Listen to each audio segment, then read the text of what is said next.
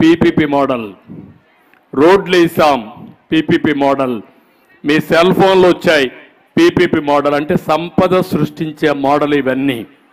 ఆ సంపద కొంతమంది దగ్గరికి వెళ్ళిపోయింది. కోటీశ్వరులు అవుతున్నారు, పేదవాడు అవుతున్నాడు.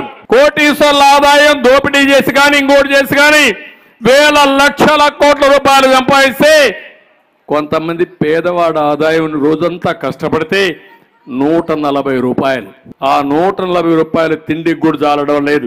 అందుకే ఆలోచించాను, పీపీపీ మోడల్లోనే P4 మోడల్ తీసుకొచ్చా. ప్రజలు, ప్రభుత్వం, ప్రైవేట్ పార్ట్నర్షిప్. అంటే ప్రతి ఒక్క పేదవాడిని ధనికుణ్ణి చేయాలని, పేదరిక నిర్మూలన చేయాలని నా సంకల్పం అని చెప్పి మీ అందరికీ తెలియజేస్తున్నా. ఆ సంకల్పానికి సారథులు మా ఆడబిడ్డలు మీరే.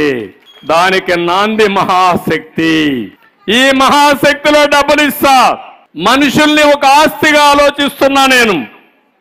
మనుషుల్ని ఒక ఓట్లుగా ఆలోచించడంలా, మనుషుల్ని ఒక యంత్రాలుగా ఆలోచించడంలా.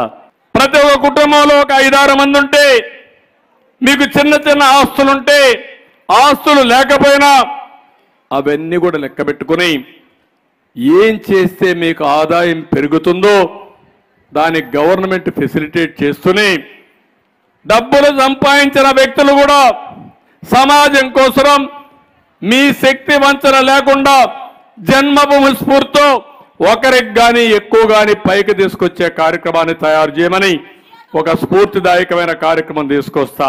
దానికి గవర్నమెంట్ రెగ్యులేట్ చేస్తాం, ఫెసిలిటేట్ చేస్తాం.